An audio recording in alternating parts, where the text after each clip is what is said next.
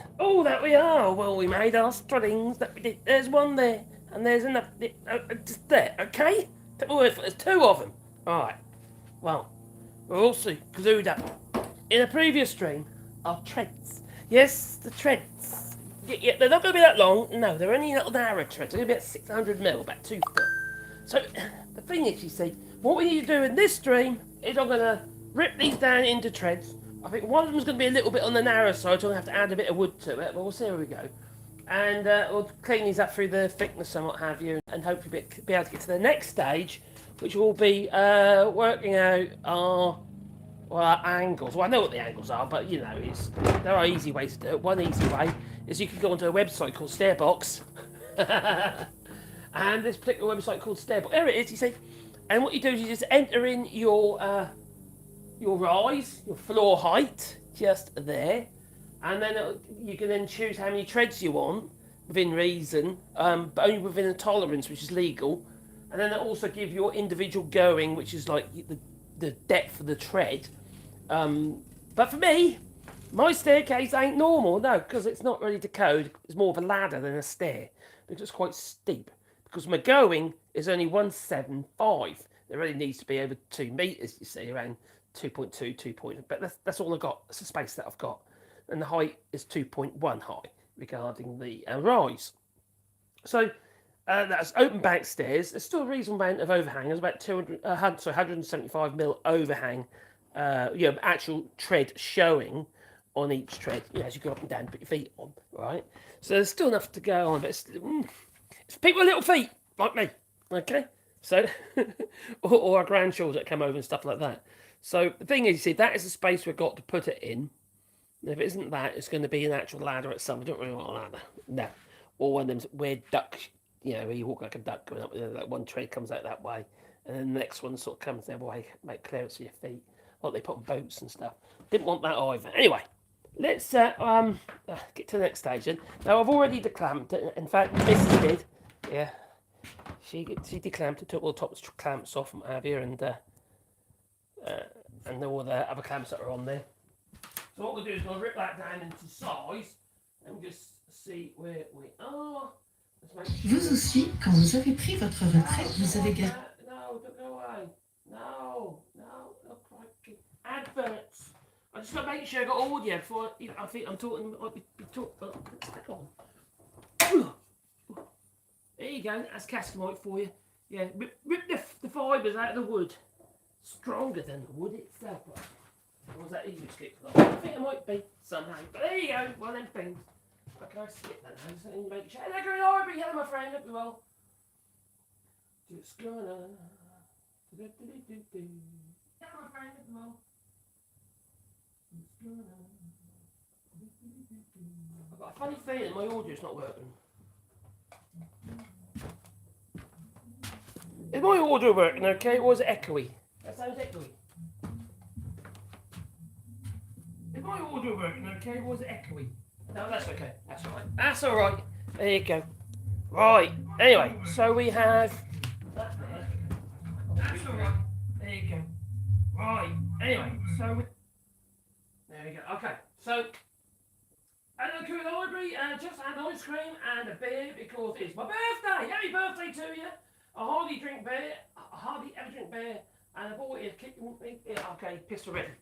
That's what happens to the missus. Yeah, she don't drink. No. It's these clamps out of these snash clamps. Let's move on from there. Is that about right? I'm trying to have a bit more tidy up today. I was, just still trying to get rid of all the old crap and laying about the place. Oh, damn. Me end fell off. Not that end. No, my sash clamp end. Silly. There it is, on the floor. Right. I'll get back on there also. The wife's outside, she's been cutting grass again. Crikey. I think she's got an obsession. Cutting grass. Hey, Marby. Oh, I just walked into. Oh, I just walked into that. Ow! Got me in the goolies. Blimey! Ow! Ow! Ow! Ow! Ow! Crawled and Bennett. Oh, I've only got one testicle now. Blimey. That takes me here, that's sticking out the flip side of the bench. Ow, ow, ow, ow, ow. Ow. Blimey. Oh, I'm walking with a bit of a limp now. Right, let's put that bin back where they belong. In the drawer. There we go. Crikey. Oh. Oh, blimey, I better pick my ball up off the floor. There you go. Where is it? Alright, we glued all these up, edge glued them all together. And they all look like they've gone together pretty well. We had the 2 clamps on the end underneath, and I had 2 clamps on the top, and we had a load of there's wood and some G clamps as well, to keep it fairly flat. But because it's construction grade timber, none of the wood's flat anyway. For instance, that piece there is thicker than that piece, hence there's a ridge in it. But not worry about that, you see, because it's just a cheapy solution for a stair. It works, done it before. So the thing is, I need 10 actual treads. So that means I need to cut this down into 5, then cut them in half, because it's currently twice as long as the treads are going to be. Because the treads are literally going to be 600mm, there's about 1.2, so roughly 600mm. Yeah. Might be 595 or something, but I don't care. Done. Not for this job anyway. So first things first, I suppose we need to rip this all down into pieces. That way first, then run them through the thicknesser, okay, and then cut them to length. So I don't want to cut them to length before I've done to the thicknesser that way. And the reason for that is the less ends I have, the less snipe I'm likely to get. I don't generally get snipe with this planer anyway, not to that degree anyway, because it's a nice heavy machine. The worst planers for snipe are the box planers. Tell you what, let me explain. Oh, crikey. My gillies are still hurting. Oh, the blackboard. Look at that blackboard. Oh, there it is. Right. With my thicknesser, my multi-co, which is just there, the drive rollers are much bigger and they're set further apart, away from the actual cutter block. Well, it's fairly close to the cutter block, but the cutter block is much larger as well in diameter. So as the piece of wood leaves that cutter block, say for instance, if that's the cutter block there, and then you have the rollers holding the wood down, sort of there and there, on springs. So there's a piece of wood going through, and that's the table, argument's sake, with the adjustment on. It goes up and down, right, it goes up and down, and that's holding, the thickness is set between that and the cutter block, and these 2 rollers here are pushing downwards on that piece of wood. The problem with those little the problem with those little box planers is that there isn't a lot of strength in the springs to hold the piece of wood to the table. Whereas that machine I've got over there, which you'll see in a minute, the springs are much stronger. The table's all cast iron, and it's just a much more solid machine. So when wood comes off this roller, it's going in that direction, yeah, if that's in feed, out feed. When it comes off this roller, so there's still enough pressure on this roller to hold your timber to the table. The problem with those little box planers is that the cutter block is very small. The rolls are much closer to the cutter block. And when it comes off there, what happens is, because the whole thing's flimsy, the wood flops off the end, and then the effect the cantilevers on the corner of the table against the cutter block, and then you get snipe on the end. And that's from the thicknesser, not surfacer, but the thicknesser. So having a machine that's nice and heavy and strong is a real bonus. But there again, saying that, those little box planes, if being used for what they're meant to be used for, like sticking your back of your van tank on site, are brilliant. You know? So I've had them, I've had a couple of them. So over the years, in fact, I just sold them, little Metabo. So I don't use it. Well, I say just sold it a little while ago, but I sold it. So first things first, we need to rip them down into width. That's what we're going to do. Yes. Alright, so we'll rip them down into width, and then we'll run them through the thickness. That's what we're going to do. Promise? Yeah, promise. So, now I was saying I think the tread's going to be about, each one's going to be about 200mm. Now, for staircase like this with its rise, really you'd be looking at minimum size would be about 220. It's around 9 inches width of the tread. Because I haven't got enough room there, I'm going to do about 200. In fact, that's a bit of a squeeze with the width of the actual string that we've done. Which means, if I do 200, effectively I need to gain 190 I was going to do 190, sorry. I need to gain I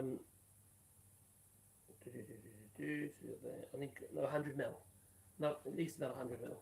So I'm not going to get enough treads out of this base. There'll be a bit left over, but it's not going to be enough to do a tread.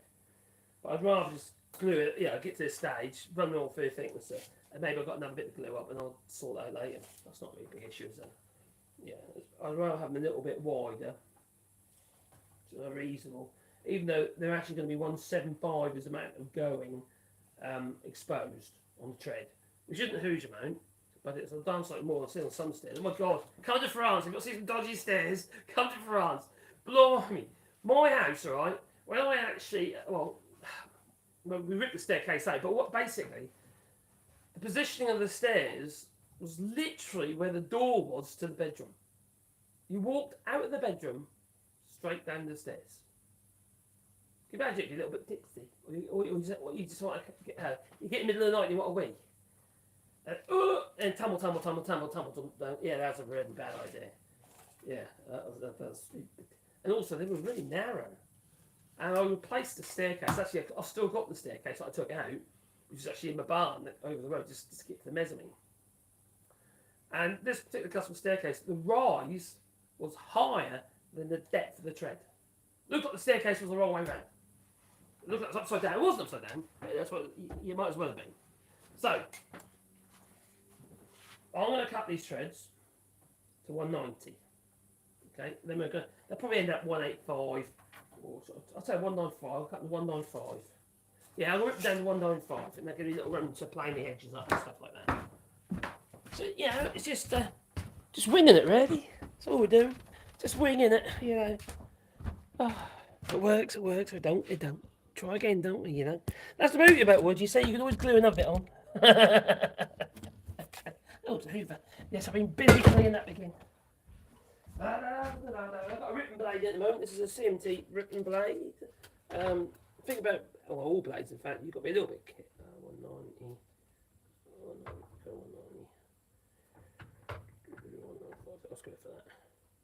That'll do. See, this is just a basic ripping blade. You wouldn't want to put that in a cross cut, chop saw or something like that, would you? You think, not a great idea. But you get all these universal blades now. I don't like it. Don't like it because blades have a different pitch. The angle of the tooth and all that. Oh, okay. Yeah. All right. Yeah. Okay. So, should we get cutting? I think we should. Get cutting. Yeah. I'm trying to record video clips as well while I'm at it, so I can go long form of this. Oh dear, well, that's all good. It's going to be a narrated video. Right, that'll do. That blade's way too high. I just realised I put the camera in the way of where the wood's going to be.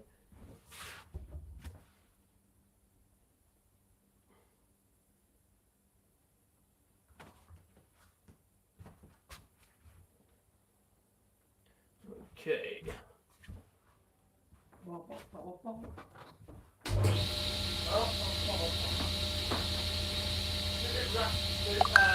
This just goes through together. All big pieces are not quite the same. I suppose what I could have done was to rip the wood. I'm tripping over the piece. Would be rip the wood on put the wood through the planer before I actually glued it up. That might make more sense actually. I don't know. Oh, did you see that? I lowered the blade, it was too high, and now it's too low. Okay.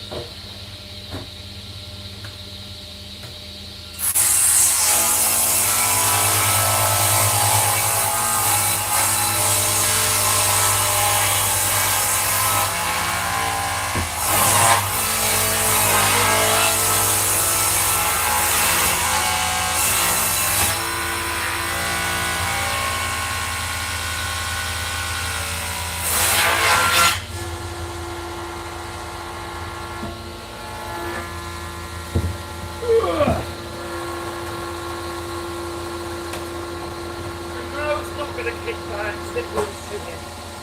Too big and heavy. Sorry.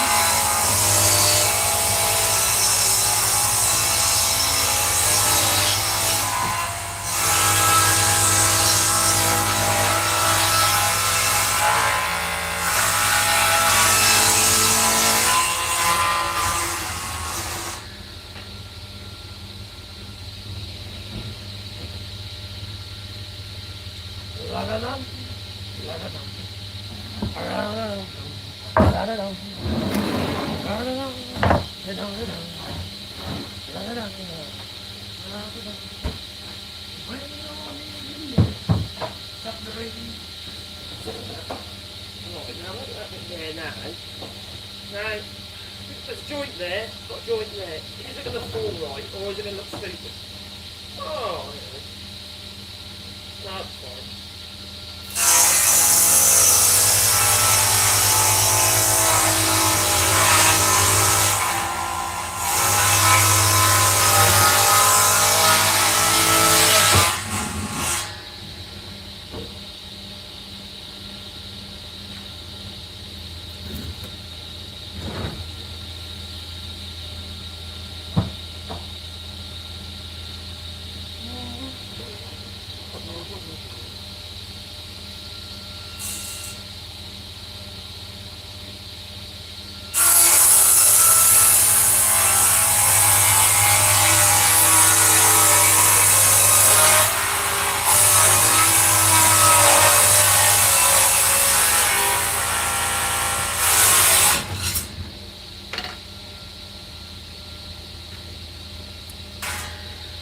So that was going to be, yeah, it's a little bit narrow now for a tread, isn't it? So I'll put them on the side and I'll do that behind the scenes. I'm not going to cut it down to length yet. Next thing I'm going to do is run it through the actual planer. Remember to turn the other camera off, otherwise I end up with loads of footage that's going to be way too long to edit. I've already got loads of clips.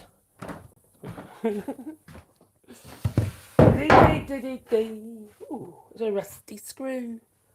Right, who we got here in the old in the chat? We've got 64 people. Hello, 64 people. What's on the bench today? On the bench today, we're going to carry on with the stairs. I'll get the treads sorted out. I'm going to have to glue the other one up with a few more bits of wood that got kicking about properly. Yeah, and then we'll sand up the strings, the treads, and then we can work out the angles for the actual treads themselves. And I'll probably show you a physical way of actually working out the tread positions. So if you've done it a few times and you know what you're doing, you work out from the angle and you can do all your housings and stuff for your actual treads. There won't be no housings on this, but quite easy just from the angle. But if you haven't done it before, it's quite good to see that mock it up visually. So basically put the actual one of the strings, not both of them, just one of them, on the bench at the right angle. So you've got the rise and the fall, so you visually see it with your eyes, and it sort of reassures you to know where the treads are going to be going. Otherwise, you're not reassured. And you think, oh my giddy aunt, what's going on over here? That don't look right. Hello, Joe Lefty, hope you're well. And Stefan, hello to you too. Happy birthday, oh, happy birthday to you.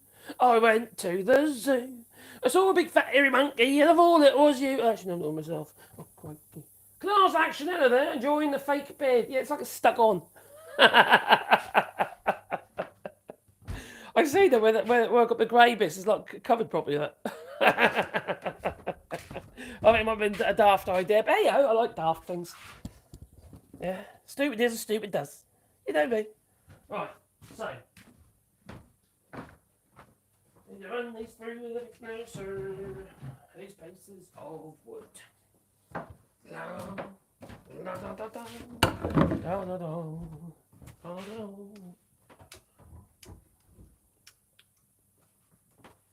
I've got another camera coming. Actually, it's my birthday next week too. Yeah. Crikey. I'm getting a new camera, you see, for work.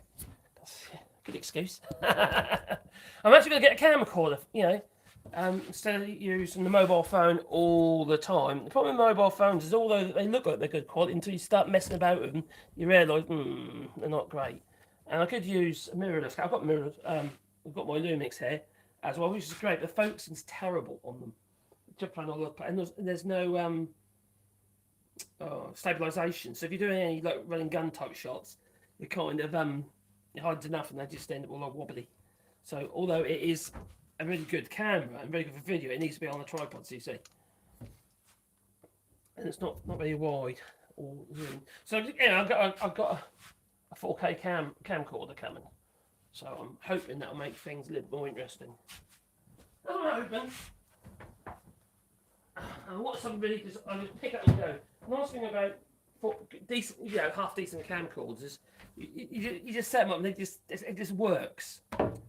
I have got some camcorders that then get HD, but they just work. The thing about mirrorless cameras is there's always something. They overheat on 4K constantly. A camcorder will run all day at 4K. It just makes more sense for me. Anyway, where was I? Oh, I'm over here. Got this curly blooming hose that's been on the floor, airline, and I keep tripping up over it. It's very annoying. Right, that's not right, is it? No. Higher. No, lower. Right, now, thing I need to do before I run each of these through is just try this scraper over the back on. Otherwise, there's been lumps. And I'm not going over the actual table properly. So all I'm going to do on the first page is create a reference face for the other page. Crazy how much difference there is between one face to the next, regardless of thickness. It's got a bit of that glue. Got that glue on there. Also, there's little staples. Why are they putting staples on the wood? I don't want those staples. No. In staple diet. No, I don't want those staples. Should you give it a go? Oh, I think so.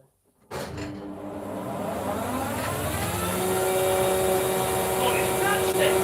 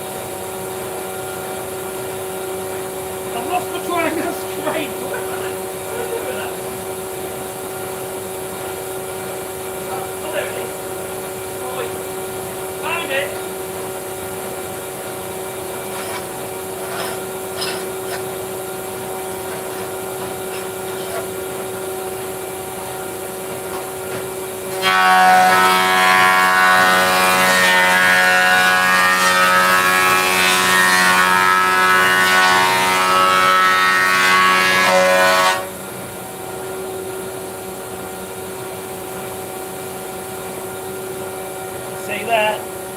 But not straight on. Very grinding.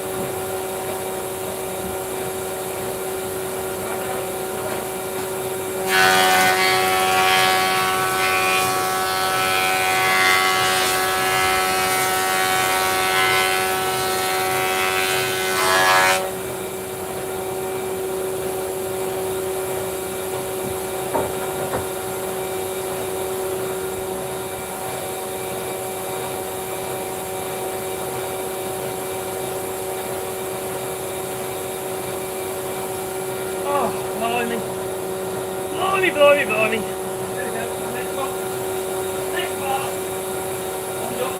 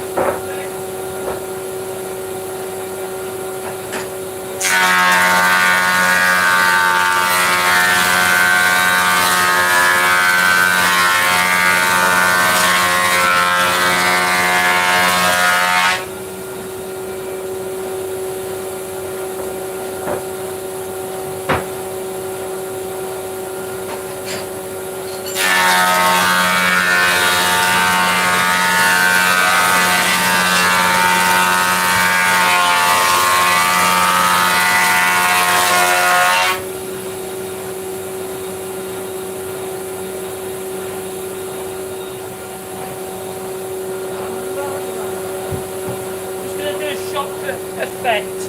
There we go. Right over there.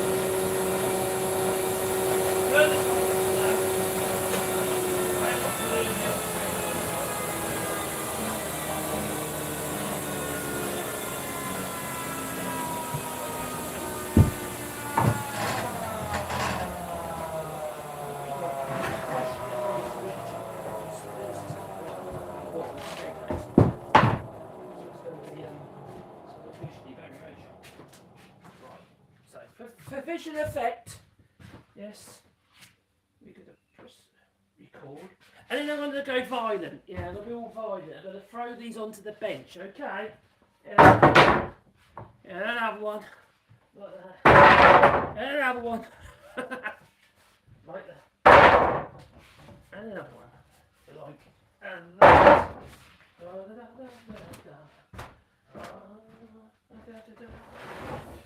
Alright, so we have 4 there at the moment, which will make up 8 treads. I have the offcut over there, which is too narrow for a tread at this stage, so that will have to be glued up into the 200mm wide tread. I might go a little bit wider than that because I've got to think about the ball nose. So there's one of these treads are going to be the finisher to the actual floor itself. So visually, all you see is obviously the tread. You don't see loads of treads and see the edge of the floor. You'll see the edge of a tread. So, but that only needs to be about 50-60 mil wide in our case, in our situation. So what I'll do is I'll make sure when I glue this up, I'll glue it up a little bit wider from the other boards or what have you than it needs to be. And I'll just a piece wide enough to do that with. Well, I could use that, but then that'd be two. I've actually only got. Oh, actually, no, I don't know if I will actually. I might not actually, because I'll just waste a piece of wood if I do that. And I don't like waste. No. I can't hear anything. Well, that's better. Right, next thing's next. I'm going to use the radial arm saw, and I'm going to square off the end of each board. And then I'm going to set a stop up so that we actually can then cut them all to length. And it is off now, it's still recording. Yeah, I'll turn it off. And then so we can then cut them all exactly the same length then, you see. That's the plan.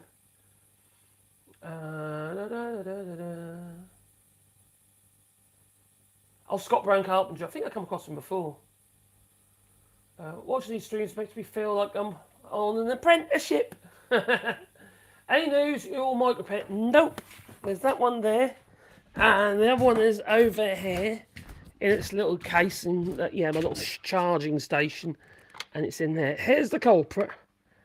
No news whatsoever. I contacted them and they're not. They just haven't. So I've got to send it to them. They haven't told me if it's going to cost me anything or it's just they're useless. Absolutely useless. So I'm not very happy with them. It's a shame because they're actually really good little microphones. They just work. They're just simple. Plug them in, and go. It's just really, really easy. But unfortunately, one of them don't work. So if the missus isn't here and doing a live stream together or something like that, I can't give her a microphone at the moment, and she's so quiet. She's quite a mere-hearted lass, that she is. Oh, what are you doing all the way up there? Let's bring you down to size. Oh, there you go. Da, da, da, da, da. Right. I ain't got so many people here today. Oh, yeah, only 300 the other day. One of these lives. Nuts, isn't it? Probably because the missus isn't in it. That's what it is. Right. So we're going to trim the ends. Could be YouTube. That's probably YouTube. It's not like me anymore. Right, there we go. Put it on now. So, I'm going to trim the end up.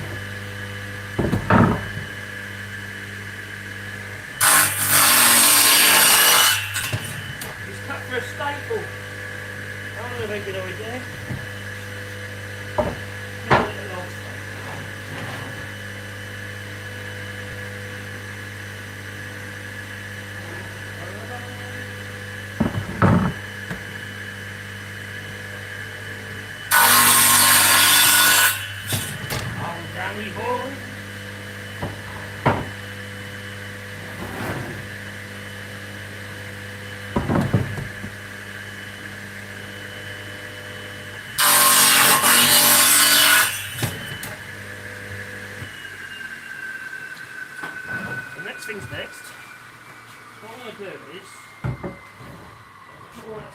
see which one is the actual.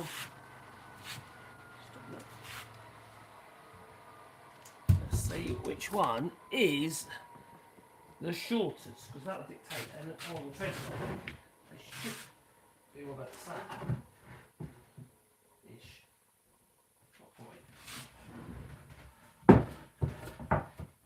I'm hoping for 6 inches on the treads, which gives me the staircase itself ending up being like 680 or something wide. There's 4 pieces there.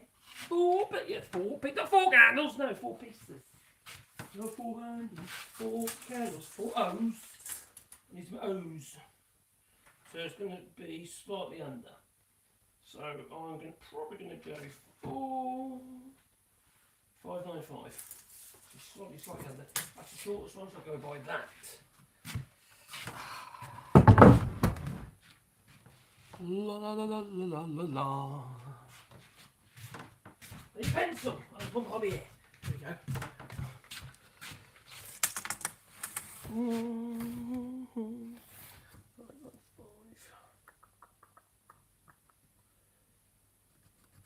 I'll cut that one. And then that will be my measure. This year.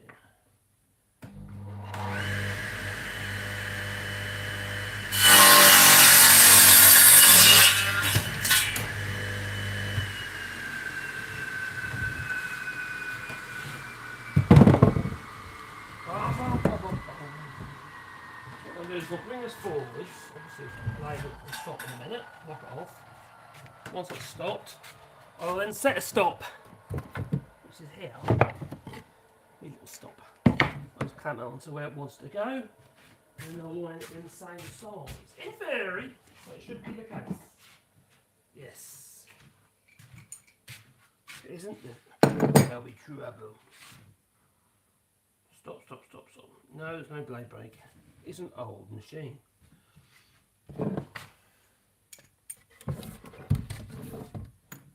Maybe one day there might be a nice sponsor and they'll buy me all new machines. Oh, wouldn't that be nice? Oh dear.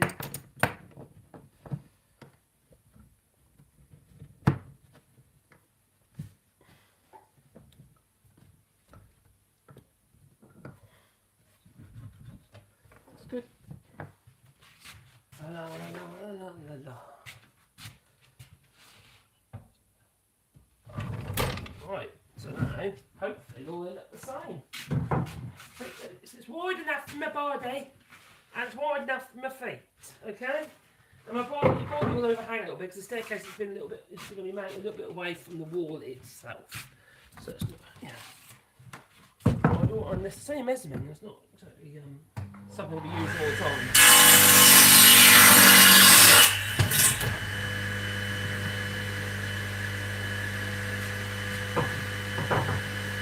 I think your fudge is just enough to get the kids to treat. Oh, that chocolatey goodness! And it's very small and neat.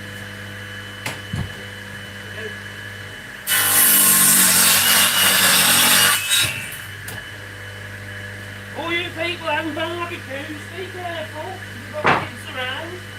My little grandson got burned the other day on a barbecue. Third or fourth degree burns on his right hand. I put his other hand on his right hand. And worse than on his left hand. It was left hand in the end. That's like 7 layers of skin. He's only 1 year old.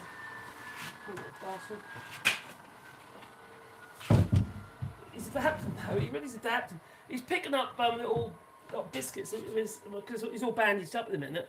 And my daughter's put like these dinosaur socks on his hands so he doesn't keep trying to pull the bandages apart with his teeth. And but he's picking the things up and he's eating like a dog the other day. Literally. It's just, he saw something to eat on mummy's plate, he got down there and started eating like that. What?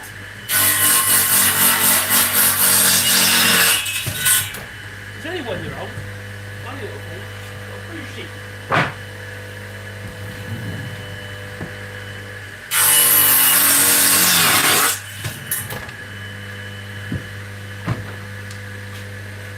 Very, very worrying. Looks like he's got loose movement in his hand. And also he's going to have to keep going back to having more work on his hands. Or one of the hands, that hand it should heal. Still badly scarred obviously, but should have most I used to say the family's been a bit up in the air. A bit what we all had to do.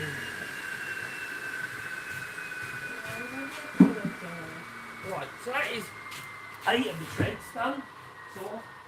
And now we need to make them prettier. And that's only crappy old pine, but you know, make them prettier. If you know what I mean, yeah. Pretty as you can make crappy old pine. that makes any sense. So I'm going to run sander over them, obviously, and trim the edges up. So to do a bit of hand action. Ooh, it really is on this channel. Yeah, no, oh, clicking that's the wrong channel. Is it another channel? Right, so we've got our treads. We're going to run the hand plane over them on the edges. Clean up. I'm just going to sand the top and bottom faces because I'm actually going to bash this thing up as well. I don't want it to look all sort of bright and anemic pine looking. I don't like it. Don't like it. No. Don't like it. Before I do anything else, I'm going to true the edges up, just so they're, you know, a little bit nicer-ish. And then I'll probably flat sand the faces. The glue joints look pretty good, I must say. They look pretty much on the button.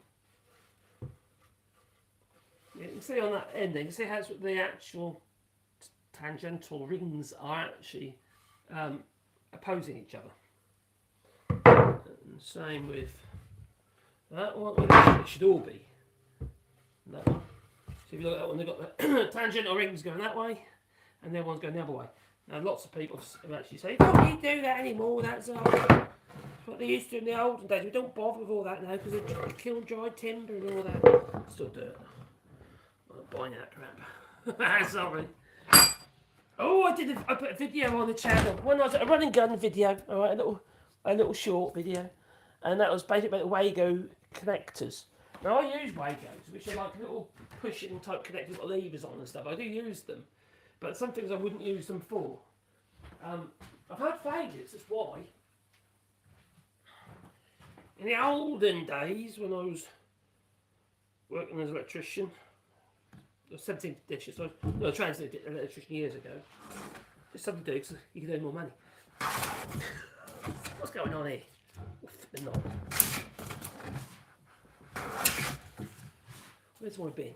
Oh, there. Anyway, I was putting this video up, and I go, oh, don't talk about what you don't talk about what you don't understand or something stupid like that, or some silly, some dark comment, and it's The fact of the matter is, the little lever get caught on the wires as you put it back into the connector box, into the box. Because there's two times you've got the way it goes with the lever, so you've got a little lever that kind of clamps the wood, the cable, right? As you push it in, you put the lever and then it pushes the clamp out of the way so you can get the wire into the connector. And then obviously put the cable lever back and the little bit of spring steel pushes it back down to the connection. But the problem with that lever, on the Wagos especially, can become trapped behind wires and stuff, you see, as you try to put it back in. And you can actually, effectively, you don't have a proper contact, and it can overheat. I've seen it before. Even myself, when I've been putting them back into boxes and stuff, you know, I don't use them for anything other than lighting circuits, sort of low amperage stuff. They make brilliant sense on that. I'm just not confident with them regarding higher amperage, or even ring main, or radials.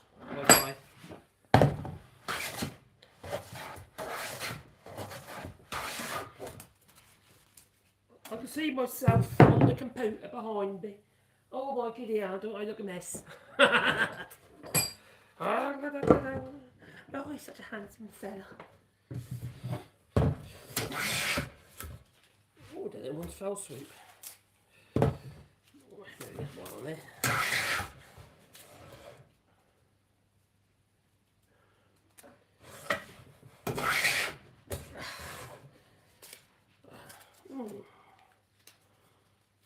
What does that look like?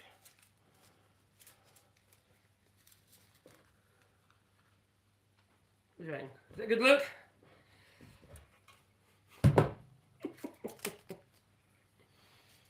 Oh, there. Anyway, that one. See, the thing when you do or make a open back staircase, the each tread is an individual. It's a singular entity, and the reason for that is having a joint to anything other than the strings.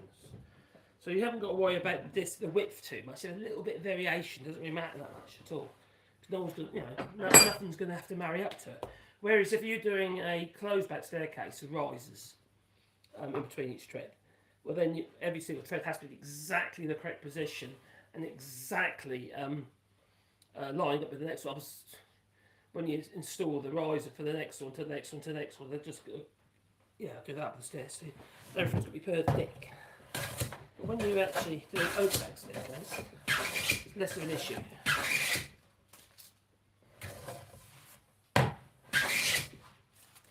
A nice piece of wood. So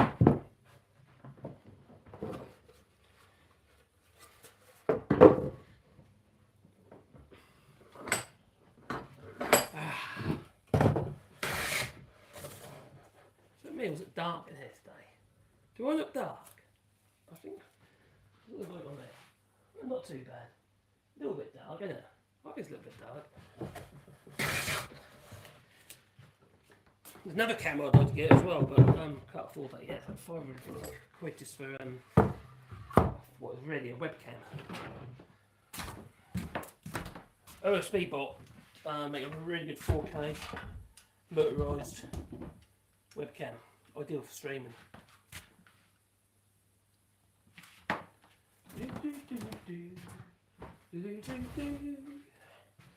Right.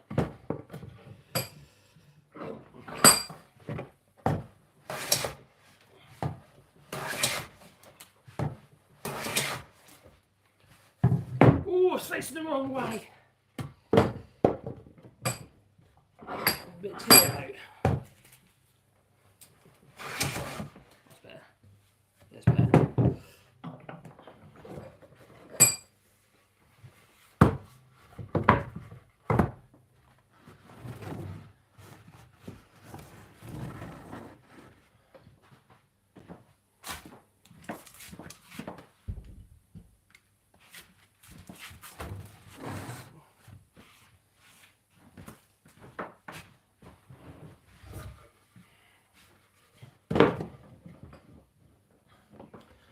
I'm not a leather workman behind, really not. Well, even for Douglas firms are worse, it's so resinous. There's much with tools up machines. Yeah, so much resin around the rollers and the grids.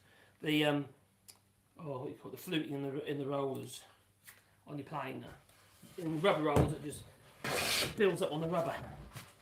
And you don't want sticky rubber. No, you'll get rid of that. Yeah, especially if you're in a rented accommodation or Airbnb or something. Get rid of your rubbers. All right, it's the right thing to do.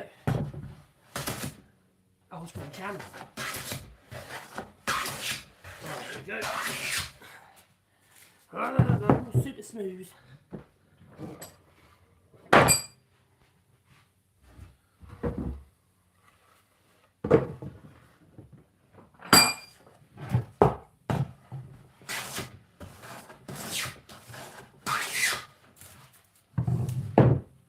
I'm not worrying about checking for square. So it doesn't matter about anything, you're not going to notice. You're just not going to notice. Oh, obviously if it's really bad, well then obviously you would, wouldn't you? But I'm not in this case, because it isn't really bad.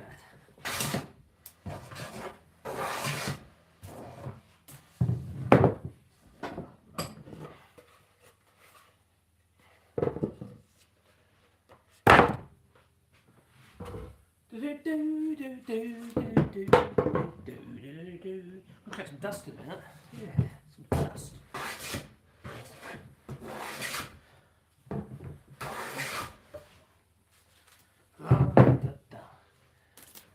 Go towards the trailer and make it all smooth and shiny and stuff, and hit it with hammers and stuff to, for effect. Yeah, and old chains and the ones I usually think the missus chain. She has some chains. And I got rubber balls. Shut up in my mouth, Blimey.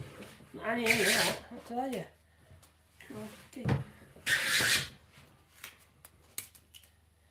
She says, bring out the gimp, she goes. She says, oh, the gimp's sleeping. Yeah, that's what I do to that. Blimey. Some people. Some of us do have them,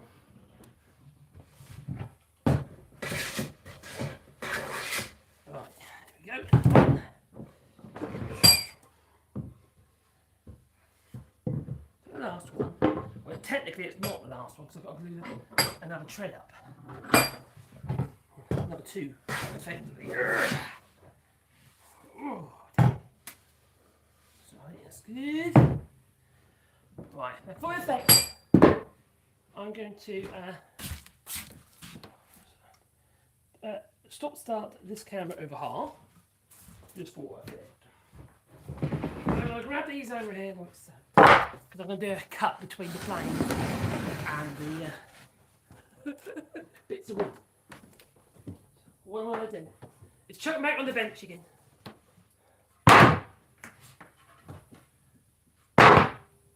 Like that.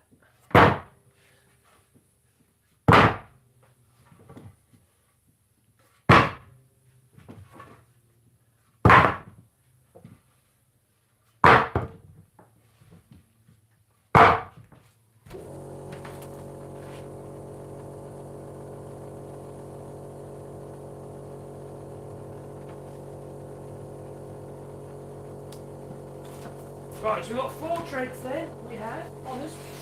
Now let's do 4 times 2. Let's do it. Right, so I need to sand these up, within reason, and I'm just going to be aggressive with the old sanding. So I'll get the old blower on in the window and the dust extractor on up there. And still haven't found a flipping dust mask, if that works for a ruined bed. Might have to get rid of it, you know. I was called Castro last night.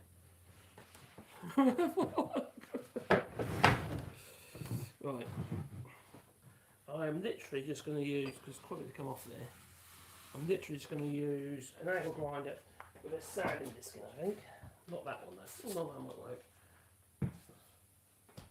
Shake her out, shake her out. Don't forget, every time you put a turn around your machine, if you wrap this around here like so, I don't do that. I use put my hand on there like that, right? I grab that and I'll wrong hand, that way around. And then I'll wrap it around my hand as well, so to speak. I'll get it, isn't it? They might fat for this, that's when you do it like that. Literally wrap it in there like so. I won't feed it through or pull it through and create like a loop, or some people do, because it puts tension inside the actual cable. So many times I've had to replace cables because they've broken inside the actual cable. Anyway, just do it loose like that. Then I'll pull my hand out and then put it on the shelf. So I'm not putting like any tight twists in it. And then literally just let it shake out and get the twists out. Because every time you do that, you'll just put a twist inside the cable. Now, if you remember those, I don't know if they put them on anymore, on irons, that fluffy cable, not they put on irons. Irons as in iron and ironing boards, you know. Reputation and that. Yeah, what happens is coming out the side of the cable of the insulation. So many times. Anything got? Oh, so long fan. Get dusty.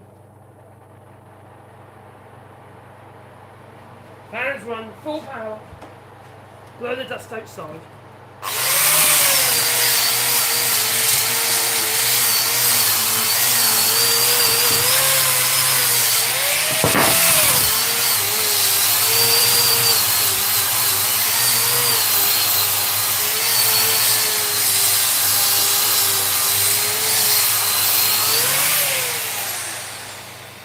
Not ideal, but it's aggressive. And I'd like a Rotex 150, that'd be nice, or a Festool. It has a dust extractor, similar sort of, not quite as fast as this, but similar sort of idea, but they're just really rapid, and they've got good dust extraction. I don't have that. See, I can't afford 600 quid for just a sand. Can't warrant it. Although, I've been in the kitchen.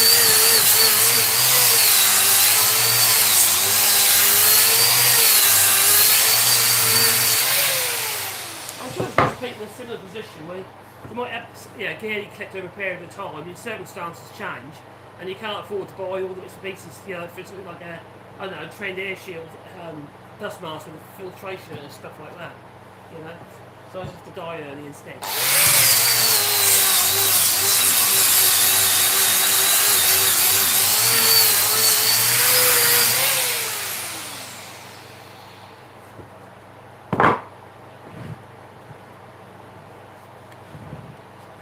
need to find a way because my nose is tickling already.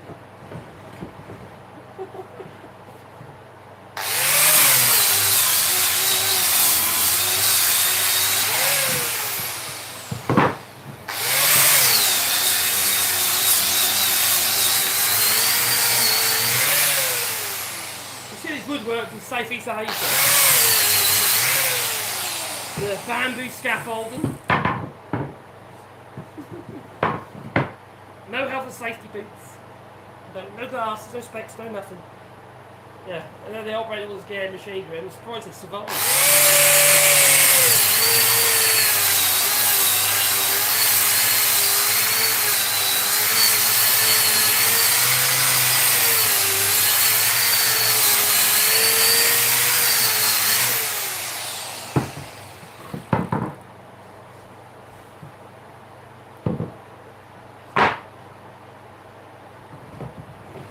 Sit a bit on that one because there's two lines there, one there and one there, same on this side here, one there, and that's where I've got a typical notch for playing on.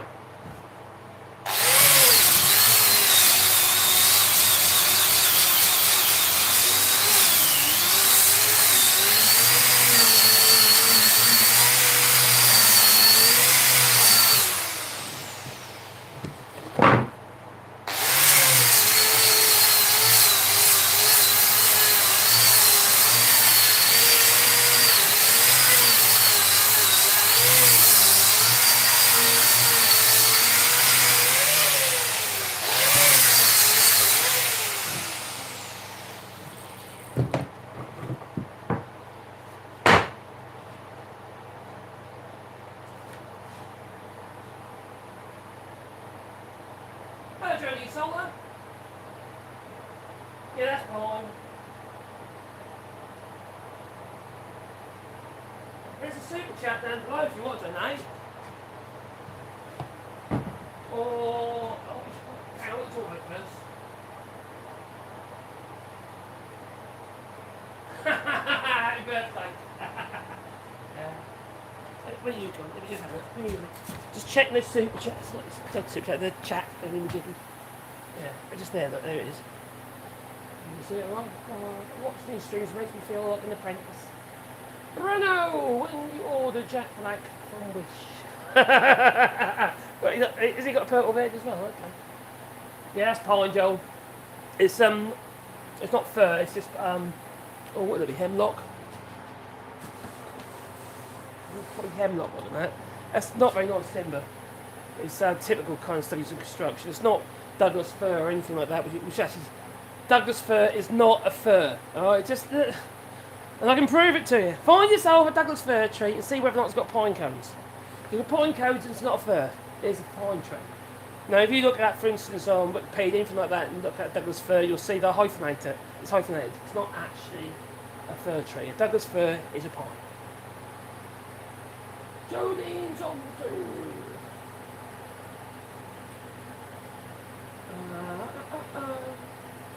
Hello, William Liverpool Hunting. What? How are you doing, mate? I'm doing okay, my friend. We're doing well. In this very dusty workshop now, already. I've got to sort stuff out. What I need is, I need a decent face, decent dust mask or something. That'd be a really good idea. I've got all the rubbery stuff. They don't work because we've got a bed for a start. They don't seal on your face. But also, if you're wearing them for long periods of time and there's heat, you know, it's not warm today, but yesterday it was 35 degrees in there. The sweat would just pour off. Can you imagine what that's like with neoprene against your skin all day long? It's not just pleasant, it gives you a rash. Look, you've got nappy rash on your face. People wonder what I've been up to. Yeah, there's super chat down below if somebody if you want to donate. That'd be absolutely brilliant. And maybe I can. So I do invest everything I get on my channels. I pretty much invest a lot of it into what I'm doing regarding the channels. Try to help build it up. Like for instance, I just ordered another camera, hoping to make that a bit better, and it just goes on and on, doesn't it? So I just want to do a better job of it, I suppose. Clara resumes. Oh, there you go. Hello there. What did you do to your bed? I woke up like it. It was the missus. At first she was going to chop my hair off, what she did. Yeah, I lost all my strength. Yeah, and then she decided, oh no, no work on him. I'm like, oh, it's beard. Why he's asleep? Turn it purple. That's what, okay, I blame the missus. I wish I had a carpenter. They are about, you know. Unfortunately, from when I was doing my apprenticeship, what have you, over the year, well, probably apprenticeship, that was just in college and day rates and stuff, so it's not really an apprenticeship. But when I was training as a carpenter joiner, mainly with my father, and cabinet making really, and boat building, it's not the same now. Now, when I went to construction school and started doing up to MVQ3 on bricklaying, in Norwich City College, and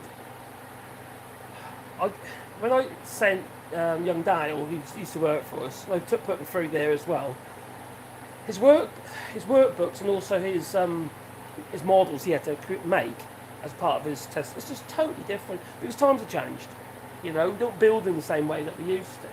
So a lot of the old skills have been lost, unfortunately. They're dying as old buggers, you know. We just take it with us. And it's like my father, you know, he wasn't a brilliant teacher. He didn't really like to teach anything, to be honest. It's just watch and learn, really, with him. So he's gone now, and it's like all his skills and little techniques and stuff. A lot of them died with him. I remember some of them, but I can't remember them all. He's a very, very clever man. And he worked on Norwich Cathedral years ago. He used to do a lot of carving, like two de roses on church pews and all that sort of stuff. He was quite a sort of off to geezer. And if you want any capable woodworking, where do you go? You go to the boat yards. That's where you go. I mean, where they actually build boats, because they're working with compound angles and cuts and you name it. It's you try planking a hull, right? There's one hell of a lot of skill in planking a hull. I'm talking obviously wooden boats. And you're planking the hull. You've got to bend it into shape. You've got to put a lot of force onto it. There's tapers. You've got to think about your corking and what area. You know, get your cork and cotton and you whack it into all into the joints, where it's watertight, make the joints watertight. It's a hell of a skill to make those boards fit. And then what you're doing some of the bigger, wider boards is steam bending them, but you steam bend them all floppy, and you have to put like a twist in them at the same time, but also shaping them into the right shape to follow the bend. It's really difficult, to say the least. Nothing's as good as it used to be. It is a shame, you are right. Everything's for speed now, and obviously cost. Labour's not cheap, is it? You know, and it's getting dearer. It's obviously there's a shortage of workers, skilled workers, trades. There's definitely a shortage. I know there definitely is in the UK, and yeah, in France actually as well. But they're not getting replaced. The youngsters don't want to enter the trades, and I don't blame them. But, you know, I've got so many health issues related to my work over the years, like joint problems and stuff like that, and I have fibromyalgia as well, that'll help. But it's just put your body up. It's thankless, you know. And if you're doing a lot of roofing work, you imagine you've got your feet are up like that, you know, you're bending back and naturally walking up and down the roof battens and stuff. It's just a tiling like you bug your body up. You know, you might be alright when you're young and what have you, because you won't realise the damage that you've done until you get into your 50s, maybe even your 40s.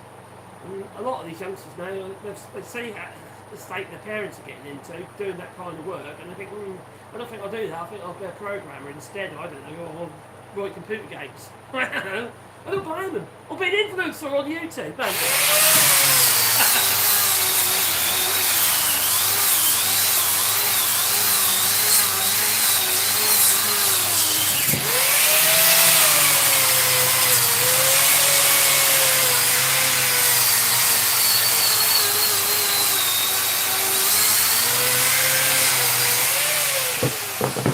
You know what I ought to do? A rubber mat. Just like moving about. And these rubber mats that I use, these are the last couple of ages, and these are literally wash machine isolation mats. They're 600 by 600, 2 foot square. I just rip down the middle. And they're absolutely ideal if you want to, like for instance, put a long board on your bench, Just one of them at each end, and then you put your board on it, or your plank, or whatever you use to run the rotor. It doesn't move at all. It's brilliant. It really works.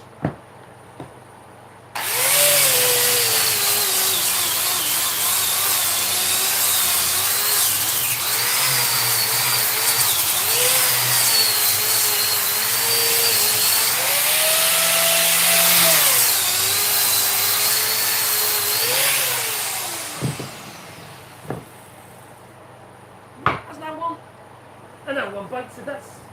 Dust is everywhere. It's kind of disappearing. And then I make some more.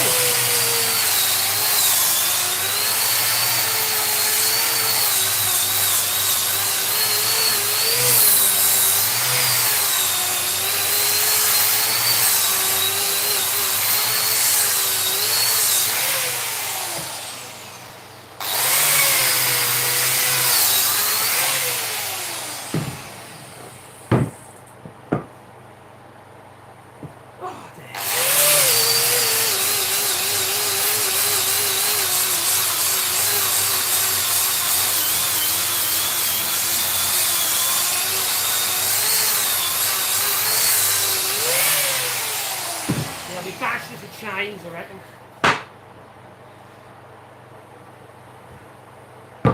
Air clear a bit, I think.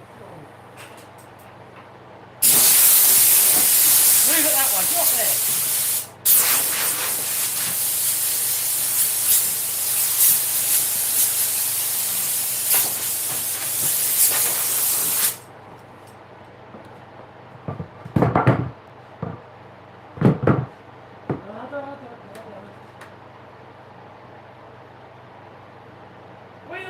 Living good hunting I've been to, and no PPE works, but the whole face, whole face shield.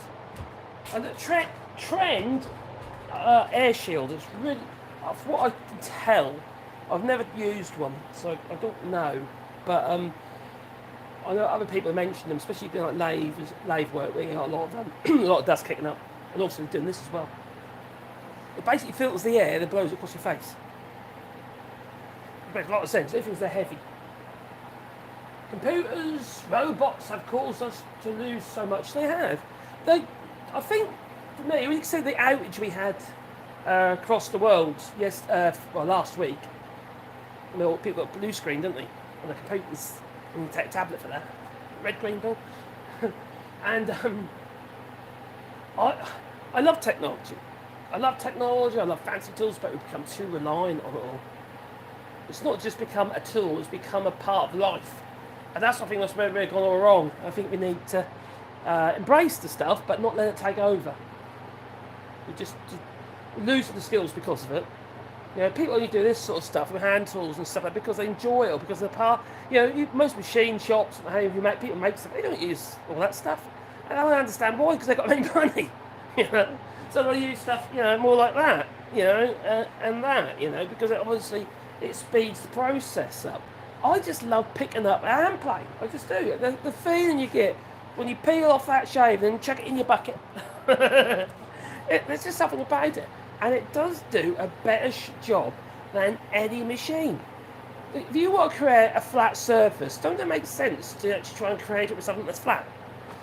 In that, there's a round cutter block. In that, there's a round cutter block. Round cutter blocks create round shavings. You're never going to get as good a finish as what you're going to get with a hand plane. You can't. No, not yet.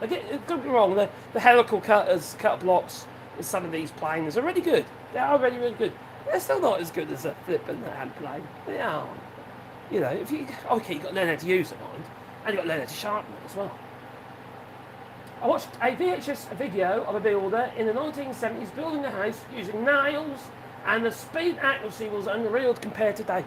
Now, the thing about the old Paslow, the older gas nailers, the big orange things? You've got first and second fix guns, haven't you? Well, they'll fire the nail out, you don't feel the nail, it just goes in. I have to admit, they are good. They are good, but it's a very costly way of nailing. But again, if you factor in your time, it's not, is it? Now, when you consider the Bruce spruce or something, or the blue spruce, it was a big old aeroplane that was massive aeroplane that was built with nails, and it was built using one of the first automatic air nailers years ago. And this air nail was designed for the purpose of actually nailing together all the wood and what have you for this aeroplane. So it's like the start of the first automatic nailers. I don't know if it's collated nails or what it is, but some of the really early nail guns were literally just like a little hopper attached to like a thing that you hold, and you're hitting like a plunger on the top, and it'll whack the nails in. The next nail falls in, and then you whack whack the little plunger again. So there's actually some videos on the channel about that. So yeah.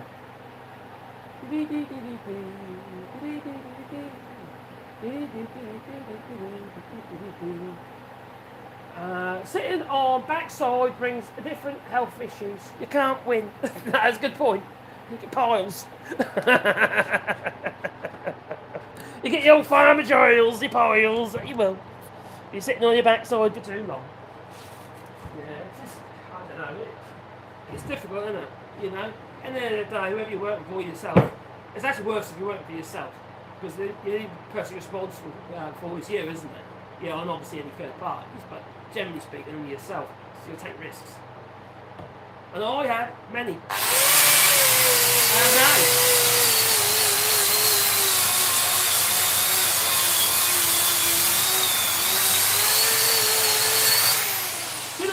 Be quite handy is if I had a drum sander. So it's like, think of the thicknesser, especially you've got a drum in it, with a sandpaper on it, and you run it through like you would do a thicknesser, and it basically sands it all flat. I ain't got one. I would like one of them, that would be.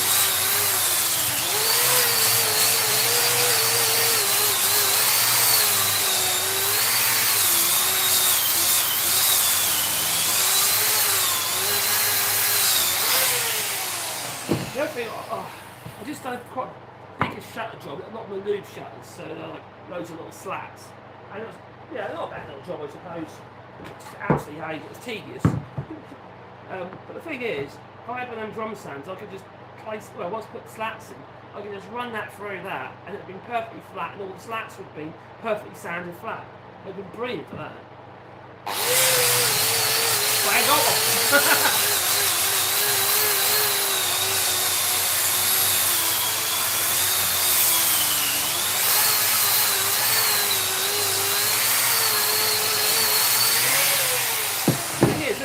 Machines here and certain tools here. I hummed and hard over whether or not I should buy or not. One would be my fist on me down.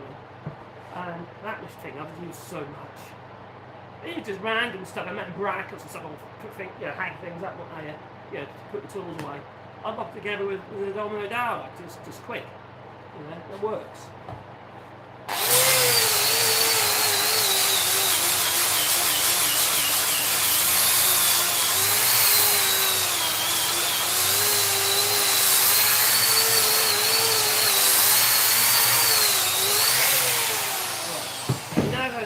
Sanded shreds. There's more work to do. I'm going to fix this, put a little moulding on the edges and stuff. Just half round or something. Round over a little bit up.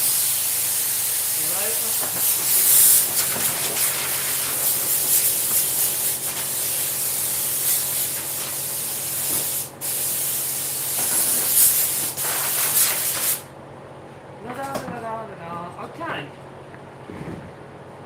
So we've got the treads there, but I need to do a string. I need a string. I only do one at this stage. Not the other side.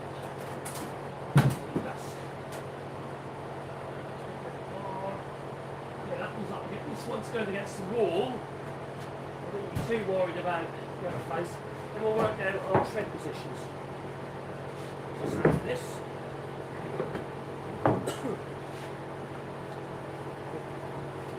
The edges of the idea. We'll work out where the treads are going to go. It's quite easy to do. I'll look at vision. A little bit less confusing. You know, if you're not used to the calculations, you get that wrong, you bug the whole thing up again. If you can see it, it looks okay, it looks right. Okay, that is right. If it looks right, it is right. That's what my dad used to say. years ago, I think you could have a ruler. No. They used to use like a pinch stick or something, you know, just a bit of wood basic, and that's your ruler. Got drawer fronts and stuff. With mark them in the hole, you don't actually measure them.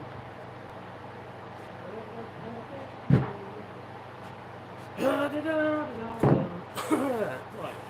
Surplus on.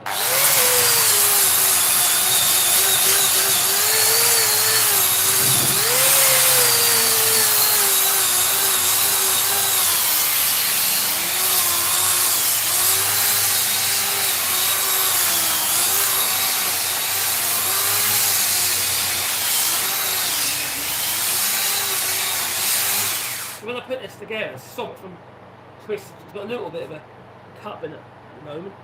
I didn't have the other day, so I just start drying a bit more for the heat it had. And there's a little twist in it. Not a twist, I mean a cut. It's got that one a bit. So what I'll do is I'll put it together, I'll literally clamp it all tight. There's a monstrous I-beam clamp's got over there.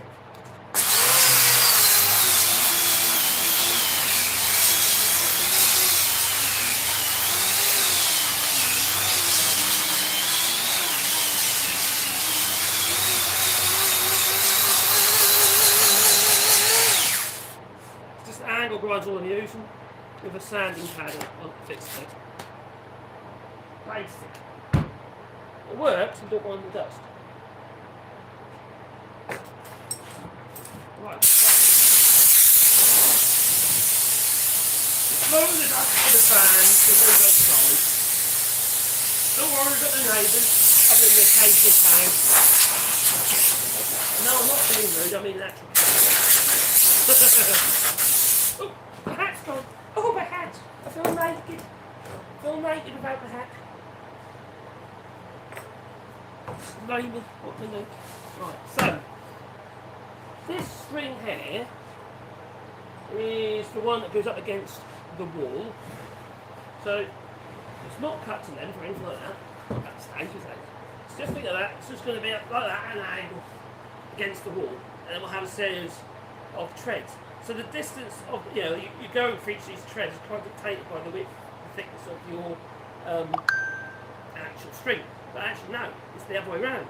The thickness or the width of your string is dictated to you by the actual depth of your runs, number of speed you're going. So I'm going to mock this up. So effectively, if that was a corner, and that way around where you are. So I'm going to mock a triangle up. Now, in a way I normally do this, and I'll do it this way just so you can kind of see visually what's going on to work out the treads. I'm going to put you up here a bit further away before I knock you off the bench. Oh, look at the perspective. Oh, his neck ball. Oh, where is it? This is disgusting. I know.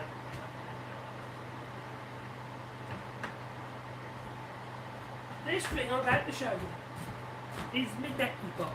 And this is one, I've got a couple of them, one in the house as well, alright? I've got an Eels Yard one and I've got this one I got from China. China! What you do is you shove up your nostril, alright? You can work in a dusty environment, get the old stuff off your sinuses, because that's, it's quite bad. Like that, alright? And you let it run out your other nostril. Like that. Oh! Oh! Blimey! The weight's up, I'll tell you. Blimey. Get your eyes watering, dude. There we go. I will look at you. I've done the paperwork here, so we'll catch you later. Take care, my friend, though. You're good. I haven't got a mask that works. If you want to buy me a mask that works, I'll be very happy. And I will certainly use it. I don't know what your bed's like, but I haven't got a dust mask that works. I've tried them all. I've neoprene ones, rubbery ones, and masks. The paper masks don't have enough compression with the elastic. They're no good whatsoever. And the other mask, the neoprene ones, it's hard to see on the face. Anyway, not the bed. I tried it. I was using a fit mask, right, with the what's on. and took the mask off. The beard was just like full of dust. Come on, ain't working, is it? Let's get past. There's no way that's going to fill the fine dust, is it? I'm sorry, folks, this is bad bearing. It's bearing. Not this. But there isn't really any proper, really good solution.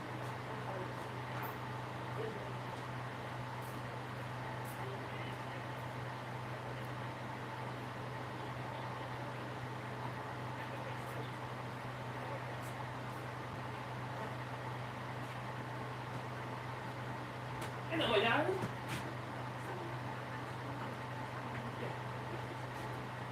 I don't know if it's still there. Alright, so, I'm mopping up. Okay? That's what I'm going to do. The floor is going to be represented by, if I can get the right enough distance, the floor will be represented by the bottom edge of this bench. I'm mopping up the triangle, darling. I'm marking up a triangle. First of all, you mark the bench. I said I'm marking up to say hello. Come here, you. Oi, wench. I can't see you. So, yeah, she sticks around. I don't know why. You haven't got a microphone on you. You're broke. You've been cutting grass, and it looks up to me, and it smells like to me that you've been spending your time in the bath. You're in the bath. You're using the hot water that's been collected in the tank. That's a good idea. We've got solar hot water and we can't really control it other than dumping the hot water. Which we don't really want to do unless we use it. So she's had a bath. She's clean now. She smells better than me. And less dusty. Hug!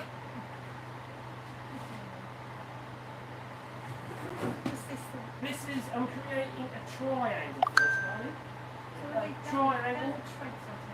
Rail treads, I need to. No, there's no two. There's two more treads. There's a piece of wood there, but I have to finish it, so I need to move some more up. So you might use this crack. Yeah, then on. So that bit's a fair trick. Just no idea. So this is for the... And what I'm doing, I'm going to mock up. Think of the stairs as being a triangle, right? Triangle is fair rule. Oh no, you tried to explain that. Did you struggle? Did you understand? No. Because I'm a terrible teacher. Probably. Right, my going is only 175. And that is my loud going, which is literally half. I've got that on the bench. Right, so use the bottom edge of the bench to represent the floor. So I'm going to get a square like that. Yeah, so this is where the middle post potentially is going to go. Marks on the bench darling, you see that? I think so. Right. Then there's another piece of wood I'm going to clamp to the bench. Not that wood, this wood. Now, and I'll use more clamps as in these, that's the one, hold on. You know. Oh, you're not so stupid, you know. Really, why? Always wondered why. Which way? That found it there, look, that's clear. Yeah, no. I don't. No. Tighten that one up, so we grab the other hole first. There's basically this little thing here that goes in a hole.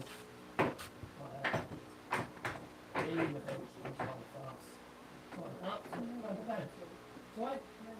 Well, what we're going to do is make I'm doing it this way just to make it visually obvious. So we've got to carry it up the stairs in one piece. Yes, unfortunately. Can I make a suggestion that we open the front window and lift it from there? Rope tie to the top. Otherwise I've got to make it in the actual bedroom. I don't want to do that again. I did that with our one. That was a nightmare. I'm not so dizzy for coming and doing it. It's not going to be that heavy. Honestly, you manage that. If one was up there with a rope, and you're at the bottom, just in case I drop it, soft landing and all that, and then we'll lift that through the window, a bit like the old pianos and stuff, you know, you take the pianos up and upstairs. Took off the handles and things that held the candles. I thought to do. Take the wings What? down. And then Take the wings down. thought to do some good, but then thought, well, And the wings just something like that. the Was it? wings just come out so you won't like it. Let me just open the window. I'll go for there. If not, we'll carry it up the stairs. Carry the stairs up the stairs. Right. That sounds very lovely. You like that idea? Why not? No. You don't need to carry things that are far too heavy. I do not. No, I do not. I do not. She just said I make her carry things that are too Not heavy. very heavy. You just strap it to your back and walk up the stairs. You're absolutely fine. What are you worried about? Yeah. That's not very Crikey. heavy. Right. So what is the rise? The rise total is- rise. The rise is the bit.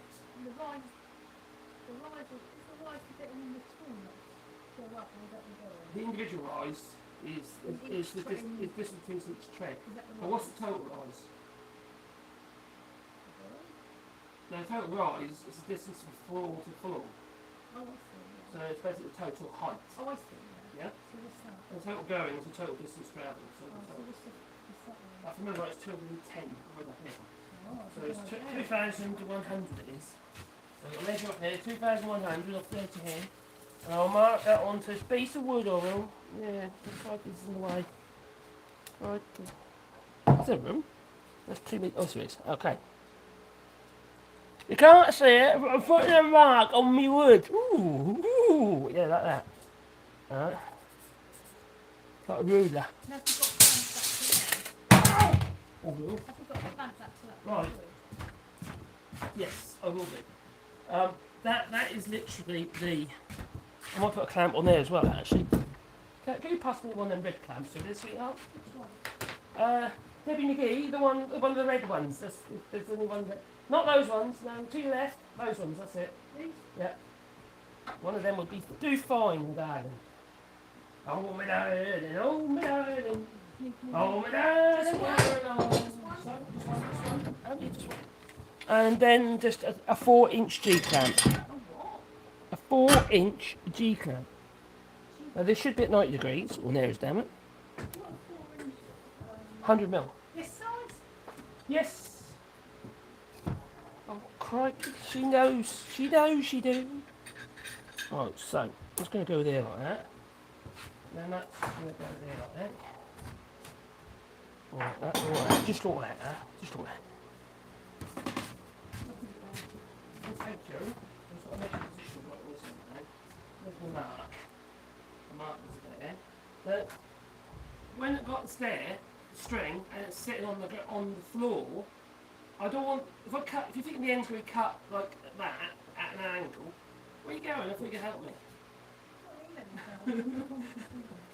You don't want that pointy bit on the ground, because there's no load, is there? If you've got, like, for instance, you cut across here, let me bring a bit closer so I can explain. I might even get the blackboard out. Right, so if you've got your blackboard like so, say for instance, right, argument's sake, grab a piece of chalk. Okay, if that is the floor, right, that bit there represents the floor, and you've got your string, which is the piece of the wood that goes down the side of the stairs, like so. Okay, and it's going to be cut for the newel post, for instance, at the bottom. So you have a newel post on there. That piece there, if it's going to be resting on the floor, you don't want that pointy bit resting on the floor. What you want to do is you want to allow for that, so the floor is actually, so you cut more like so. So you have a flat area for it to sit on. If it's run to the floor. Now, if it isn't going to be run to the floor and just attached to the newel post, and the newel post will be taking the load of the end of the actual string, well then yes, you would just go straight across. Yeah, so a pointy end, because that won't be resting on the floor. But in this case, this string, where it's going to be mounted against the wall, with spaces in, that is going to be resting on that area there. So yeah, I want to cut that off there. So it's not a pointy. I don't want a pointy, okay? No pointy. No. So, and I'm just mocking it up. So all I'm doing is just mocking it up. You don't have to do it like this. So I have my line here. That's the point where we enter the stairs, or the start of the string.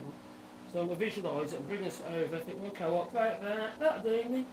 That'll do. Like I say, it's We're not doing a repeatable production run on something like that. No. We're just doing one staircase. I can just go with it. We've done so many, but it's not really boring anyway, is it? Get to that. Get to that. Right, so what we'll make sure is that the next one down. Tread. Once you've got the right place and you've got the first, you've got the first actual tread that's going to go, and the second tread.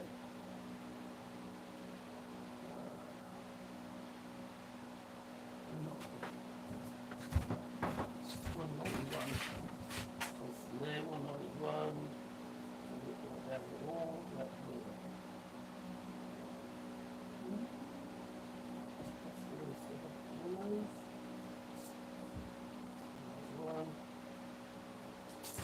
Perfect. Perfect. Now, let's double check this in, and then I'll clamp it down. Right there. That's good. What I'll do is I'm just going to clamp the ends down. So I don't move. Now I've got to try.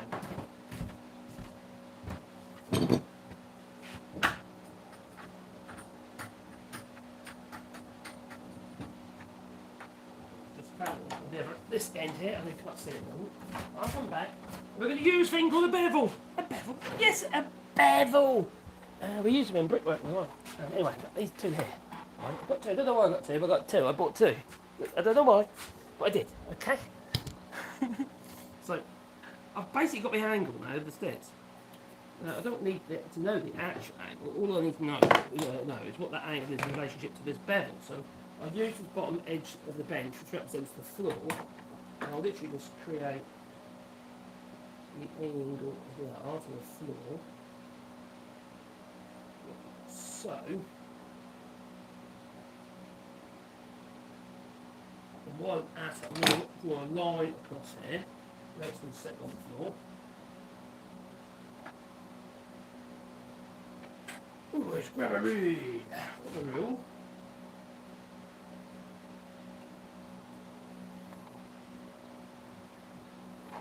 Mop up the side of that.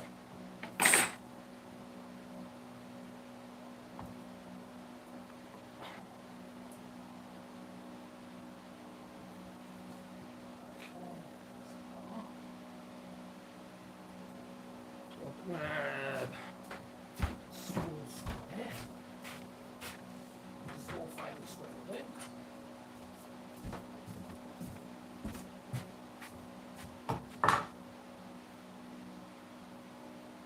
That's quite a steep staircase. We'll fit the newel posts to the end. They'll have lots of surface area attached to it. Because the distance here is quite long.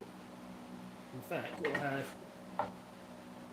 about 225mm, about around 9 inches of surface area. So I'll literally just domino down. I'm not doing any mortise joints or anything like that. Takes too much time. Alright, so now I've created that angle here. I found that angle there. And put it on the hell. That's that angle there. So if I put it in the opposite direction, it will give me my angle for each of the treads as it runs up the edge of the string. Now, each time I do this, so I'm doing this manually, I'm not doing this in a way that using fancy calculation, I'm just literally doing it visually. Okay? And once I've got one, I can then reverse it for the other side when everything's in reverse.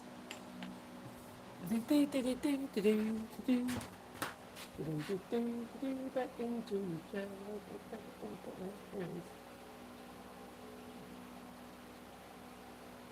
I don't read, chat! Huh? Yeah, I know, I've got a mask on. I do apologise.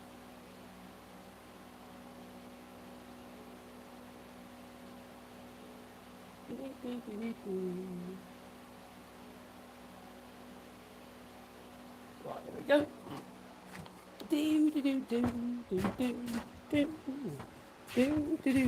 Put your bag up here. Alright, so we are gonna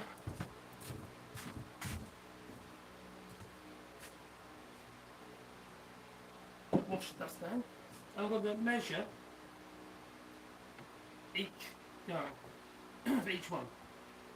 Now you just add the going to each one to the next one to the next one to the next one to get each individual rise. You might be able to see one as a set until you can. It makes you feel happy then, you know. It makes you feel like you're on the money. Now I'm going to probably be using a folding rule for this job. Just works.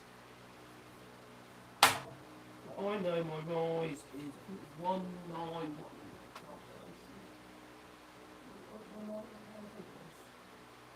Uh,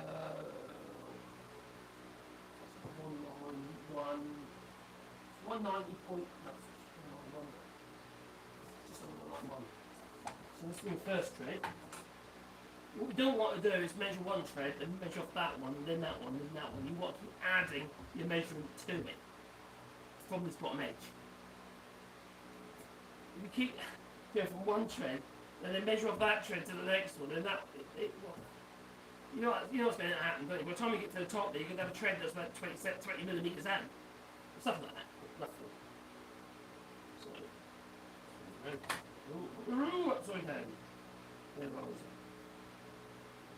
That one's the first thread. So I'm just going to mark that there. Full feature. So, first mark. Now what I'll do is just go 191.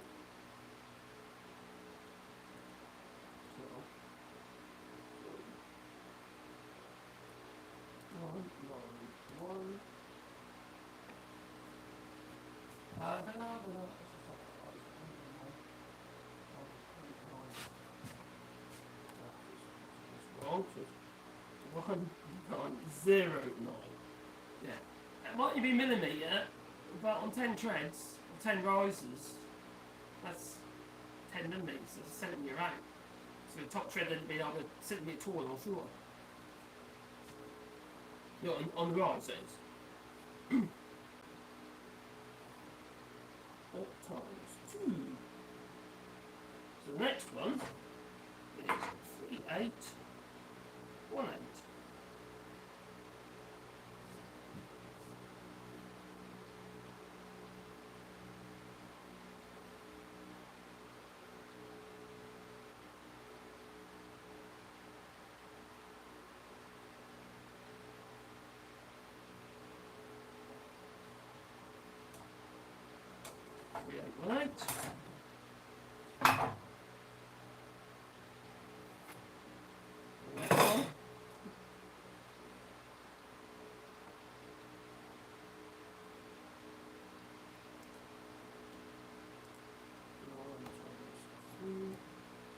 Five 5727.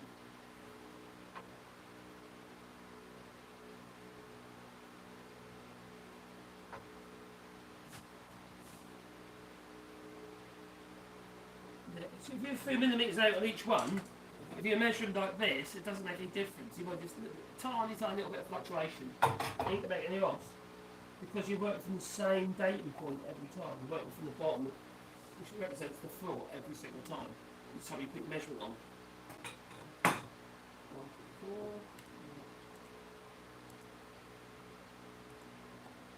7636.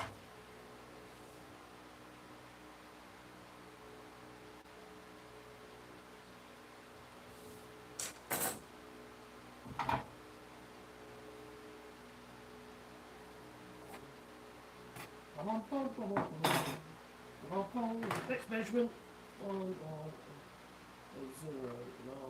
times 5 9545. I need longer than that. 9545. 45. Oh, that's quite short. It's one. Oh, what's that there? I want to use this stuff. That one, that's quite one. Same stack.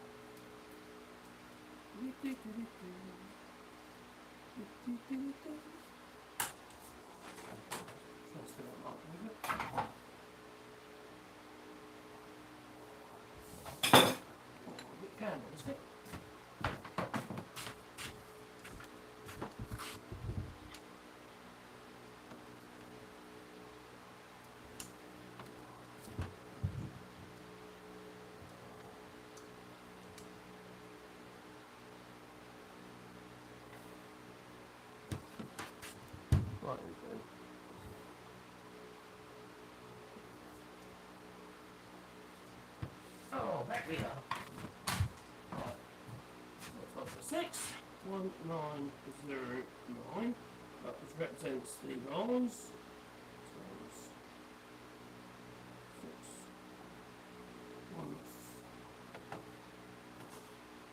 1 meter. 1 meter now. 1 meter. 1454. Oh, it's way over there. Oh, I'm gonna have to get on the bench. Oh, right. Right, so 154.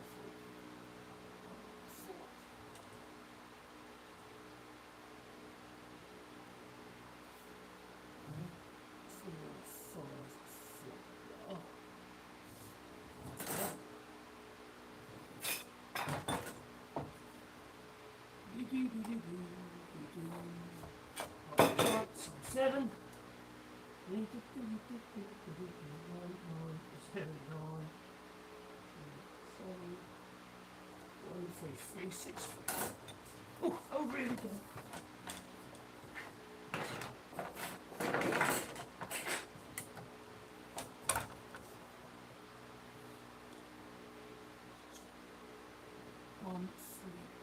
Place. Over here we go. 13363. 6 3 there.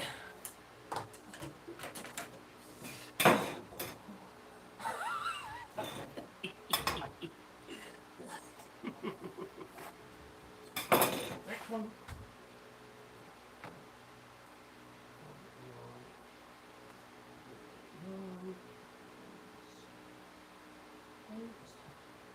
15272.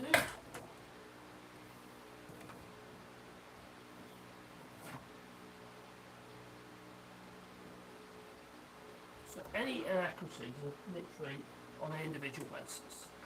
Now if you use something like a trend jig or something like that, you just got to work out your points. Calculation for that, and then you just run the jig up to the next point on to the next point. Generally it's right. The last way of doing it manually like this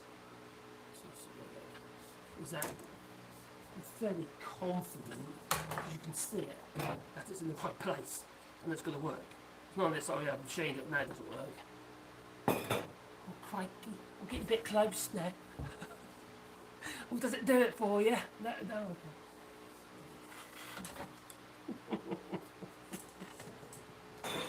Well, no, I'm mine, aren't I? Right. So, 9 times 1, 171.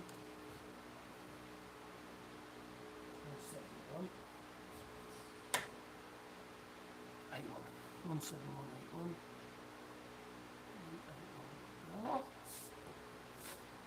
Oh, we're getting close. We're getting close. So, this one, which is quite easy to use. 10. Digital end.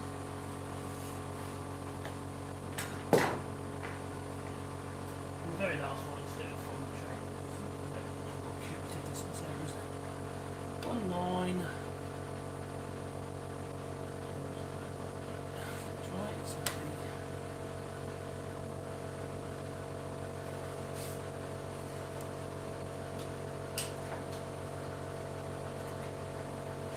foldy ruler.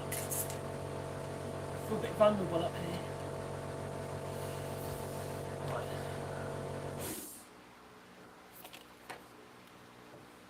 That is good.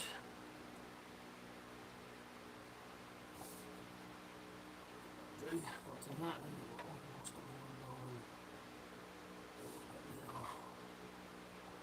Okay, that's that one.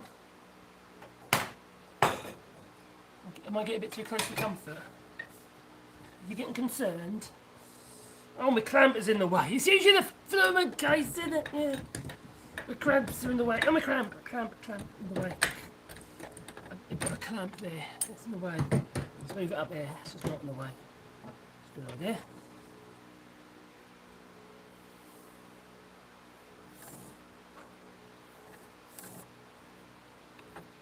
Right, and that's the last one.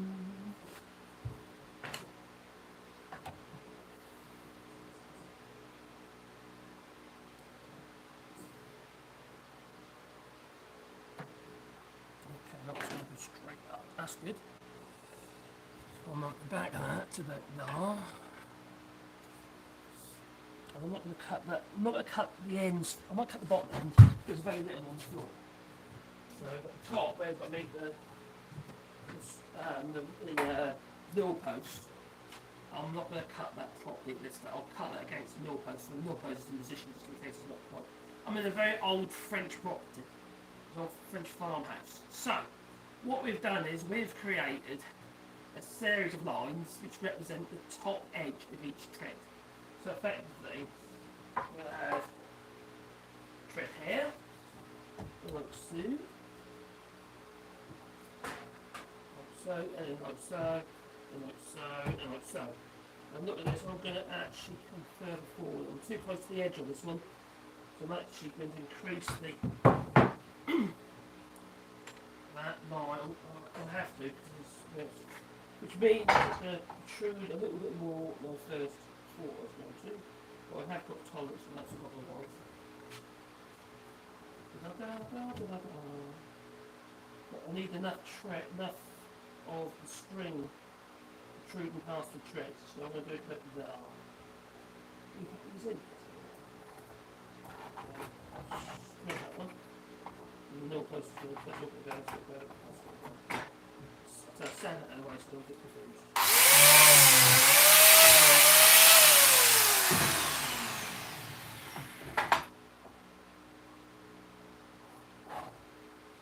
Right, anyway, so there'll be a trim on there like so. That's better. Like that, and then like that, and like that. So the rise isn't that great, which is good. So it's not going to make massive great steps. You don't want that because obviously you don't want to step down too far, especially if the treads are quite narrow. You know, it's sort of a hybrid between stair and that ladder, I suppose. So that's what I have. We've got that far. We've got those treads. I need to glue up the other treads. But for now, I think we're probably going to call that it. I'm losing my voice. I can feel it. I can feel it in my fingers and my vocal cords.